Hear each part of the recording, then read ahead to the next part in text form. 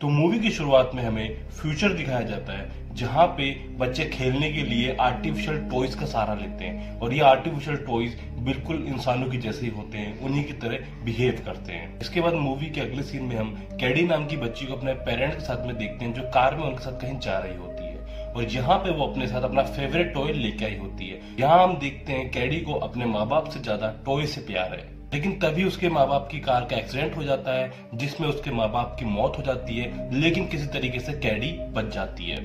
दूसरी तरफ हम जेमा नाम के एक साइंटिस्ट को देखते हैं जो आर्टिफिशियल टॉय बनाने का काम करते हैं एक फंकी नाम की कंपनी के साथ में। यहाँ पे वो अपने दोस्तों के साथ मिलकर के एक नए टॉय को बनाने की कोशिश कर रही होती है और यहाँ पे ये तीनों मिलकर मेगन नाम के एक सीक्रेट प्रोजेक्ट के ऊपर काम कर रहे होते हैं जिसके बारे में इनके बॉस डेविड को बिल्कुल भी नहीं पता होता। दरअसल मेगन एक एडवांस एआई रोबोट है जो बच्चों के साथ खेलती ही नहीं है बल्कि उनको ऑब्जर्व करती है और उनके साथ इंसानों जैसा बिहेव करती है। एक दिन जेमा का बॉस डेविड उनके लैब में आ जाता है और वो मेगन को देख लेता है और यहाँ पे मेगन को देख करके वो जेमा के ऊपर चिल्लाता है कि विदाउट मेरी परमिशन तुम इस प्रोजेक्ट के ऊपर काम क्यों कर रही हो, क्योंकि मेगन प्रोजेक्ट के ऊपर जेमा ने कंपनी के लाखों डॉलर इन्वेस्ट कर दिए। तभी जेमा अपने बॉस डेविड को समझाने की कोशिश करती है कि मेगन फ्यूचरिस्टिक टॉय है और ये आगे जाकर के पूरे मार्केट के ऊपर राज करने वाली है। तभी डेविड को इम्प्रेस करने के लिए जेमा मेगन को हेलो करने को कहती है, लेकिन तकनीकी खराबी होने के कारण मेगन हेलो नहीं कह पाती और यहीं पे एक विस्फोट हो जाता है। धमाके के बाद मेगन की खोपड़ी उड़ जाती है और ये देख करके डेविड को और भी ज्यादा गुस्सा आता है क्योंकि उसके लाखों डॉलर के ऊपर पानी फिर चुका है। यहाँ पे वो जेमा के ऊपर गुस्सा होता है और उसे कहता है कि इन प्रोजेक्ट के ऊपर काम करना बंद कर दो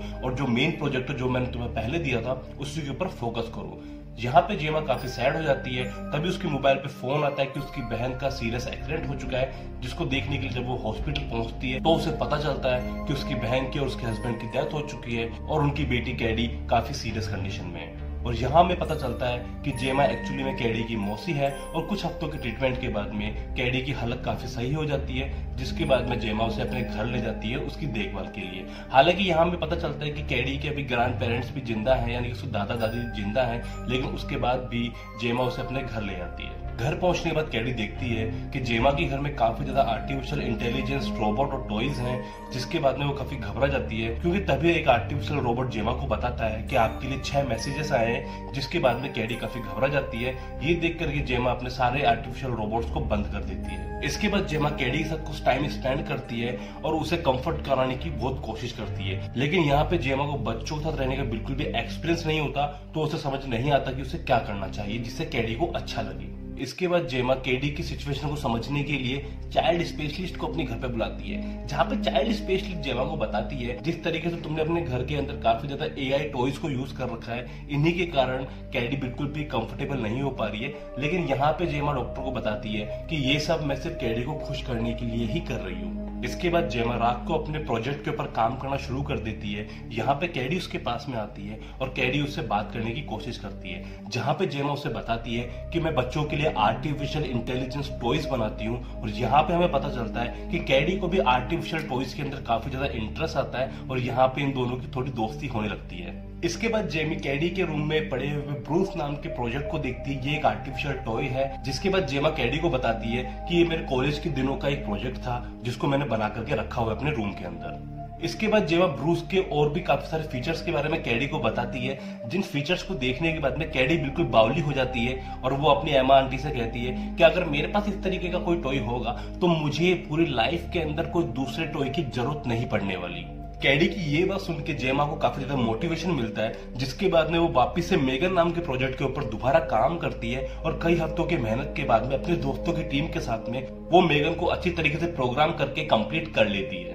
इसके बाद जेमा कैडी को और मेगन को आपस में कनेक्ट कर देती है और ये सब होते हुए डेविड बाहर से देख रहा होता है। कनेक्ट होने के बाद में जब हम मेगन को देखते हैं तो पहली नजर में हमें ये नहीं लगता कि ये कोई आर्टिफिशियल रोबोट है, वो हूबहू इंसान जैसा लगता है। और यहाँ में पता चलता है कि एमा ने जब कैडी को मेगन के साथ कनेक्ट किया है तो मेगन के लिए जो प्राइमरी यूजर है वो अब केडी है, यानी कि वो केडी की हर बात के ऊपर रेस्पॉन्स करने वाली है और केडी को सेफ्टी देने वाली है। शुरुआत में तो केडी मेगन को देख करके काफी घबरा जाती है, लेकिन इसके बाद में मेगन केडी से बात करना शुरू करती है और बात करने के बाद में वो केडी की बहुत ही सुंदर सी एक पेंटिंग बनाती है, जिसको देख करके केडी काफी खुश हो जाती है। और ये सब देखने के बाद में डेविड भी काफी ज्यादा इम्प्रेस हो जाता है और यहाँ पे डेविड एमा को काफी बधाइयां देता है, उसको उसके काम के लिए मोटिवेट करता है और उससे कहता है कि इस रोबोट से हम बहुत सारा पैसा बनाने वाले हैं और हम इस प्रोजेक्ट को जल्द ही मार्केट में लॉन्च करेंगे।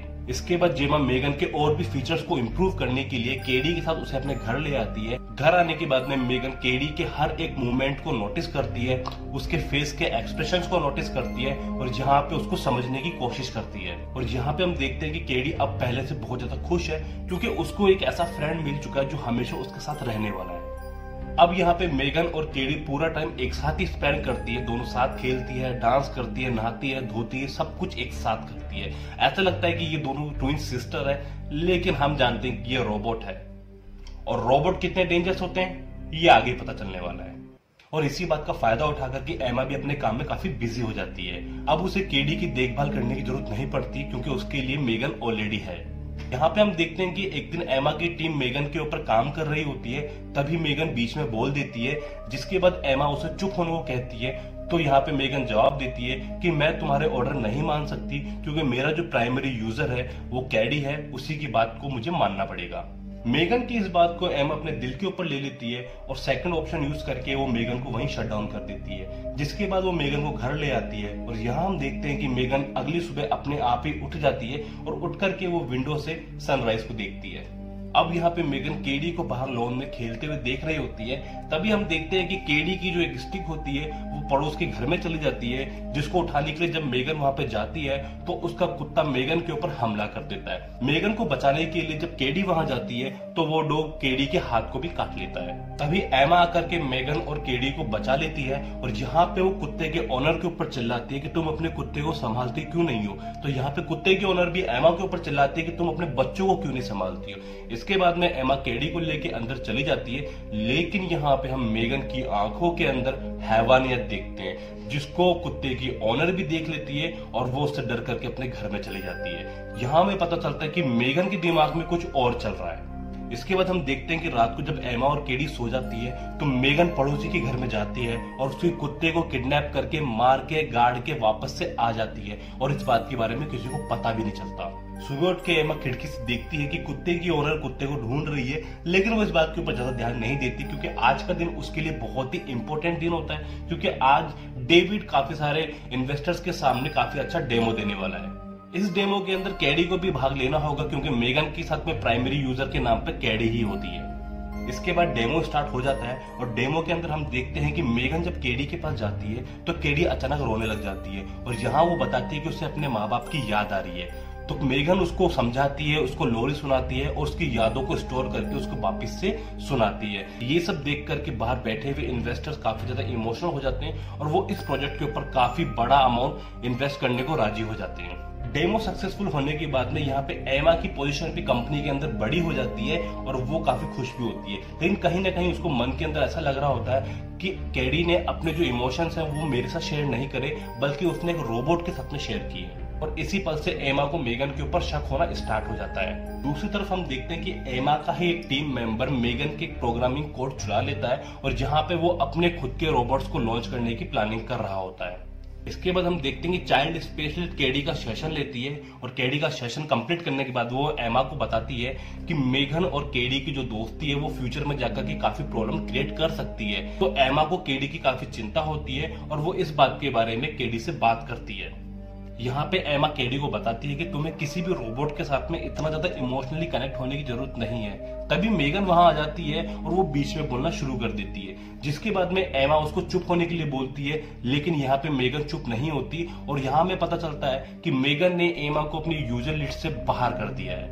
अगले दिन जेमा केडी को लेकर के एक एडवेंचर कैंप में जाती है, जहाँ पे केडी जाने के लिए मना कर देती है। बड़ी मुश्किलों से एमा केडी को मना लेती है और केडी अब बच्चों के साथ में खेलना शुरू कर देती है। अब यहाँ पे हम देखते हैं कि एमा भी वहां रुक करके कुकिंग कर रही होती है, तभी ब्रैंडन नाम का एक लड़का केडी को काफी ज्यादा बुली करना स्टार्ट करता है। अब जब ब्रेंडन केडी को बुली कर रहा होता है तभी मेगन वहां आ जाती है। मेगन को शुरू में देख करके ब्रेंडन काफी घबरा जाता है, लेकिन केडी बताती है कि ये सिर्फ एक रोबोट है। और जब ब्रेंडन को पता चलता है कि ये एक रोबोट है तो वो उससे लेकर के भाग जाता है और इसके बाद में ब्रेंडन मेगन की काफी ज्यादा पिटाई करने लगता है। थोड़ी देर बाद मेगन से रहा नहीं जाता और ब्रेंडन का हाथ पकड़ लेती है और जहां पे वो कहती है कि तुम जैसे शैतान बच्चों को सबक सिखाना बहुत ज्यादा जरूरी है। इतना कहने के बाद मेगन ब्रेंडन का कान खींच करके अलग कर देती है और जहां पे ब्रेंडन अपनी जान बचाने के लिए भागता है। इसके बाद हम देखते हैं कि मेगन भी ब्रेंडन के पीछे भागती है और यहाँ पे वो चारों पाँव का इस्तेमाल करती है। वो किसी जानवर की तरह ब्रेंडन का पीछा करती है, जिसके बाद ब्रेंडन का पाँव किसी चीज में फंस जाता है, जिसके कारण वो सीधा रोड पे जाके गिरता है और यहाँ पे आ रही कार से उसका टक्कर हो जाती है, जिसके बाद ब्रेंडन की on the spot he death हो जाती है। ब्रेंडन की लाश को देखते वक्त हम मेगन के चेहरे के ऊपर एक डेविल वाली स्माइल देखते हैं। इस इंसिडेंट के बाद में एमा भी काफी ज्यादा घबरा जाती है और वो मेगन और केडी को लेकर के घर आ जाती है। यहाँ पे वो मेगन से पूछती है, लेकिन यहाँ पे मेगन और केडी दोनों ही झूठ बोलते हैं उससे। थोड़ी देर के बाद में एक पुलिस ऑफिसर उनके घर के बाहर आता है और वो उनसे उनके पड़ोस वाले कुत्ते के बारे में पूछता है। एमा यहाँ पे पुलिसमैन को बताती है कि मुझे मेरे पड़ोसियों के बारे में ज्यादा नहीं पता है क्योंकि मैं पूरे टाइम अपने काम में बिजी रहती हूँ। तभी कुत्ते की ओनर भी वहां आ जाती है और वो एमा को धमकी देने लगती है, जिसके बाद में मेगन को ऐसा लगता है कि हो सकता है कि कुत्ते की ओनर किसी तरीके से केडी को नुकसान पहुंचा सके। जिसके बाद हम देखते हैं कि मेगन रात को कुत्ते की ओनर के घर में घुस जाती है और बड़ी ही बेरहमी से उसको मार डालती है। अगले दिन हम देखते हैं कि वही पुलिस ऑफिसर दोबारा से एमा के घर पे आता है और यहाँ पे वो उसे बताता है कि आपके पड़ोस में एक खून हो चुका है और यहाँ पे पुलिस वालों को एमा के ऊपर शक होता है, लेकिन एमा को यहाँ पे मेगन के ऊपर शक होना स्टार्ट हो जाता है। इसके बाद जेमा रात को बैठ करके मेगन की फुटेज को चेक करती है, जहां पे उसे पता चलता है कि पिछले 2 दिनों की जो फुटेज है वो गायब हो चुकी है, यानी कि डिलीट हो चुकी है। जब ब्रेंडन की मौत हुई थी और या फिर जब कुत्ते की ओनर की मौत हुई थी, ये दोनों फुटेज वहां पे नहीं होती है। तभी वो देखती है कि उसके सामने मेगन खड़ी हो जाती है और यहाँ पे मेगन एमा से पूछती है कि क्या तुम मुझसे बात करना चाहती हो या फिर तुम्हारे मन में कुछ सवाल है जो तुम मुझसे पूछना चाहती हो। तभी एमा को समझ में आ जाता है कि मेगन एक खूनी रोबोट है जो केडी को बचाने के लिए किसी को भी मार सकती है।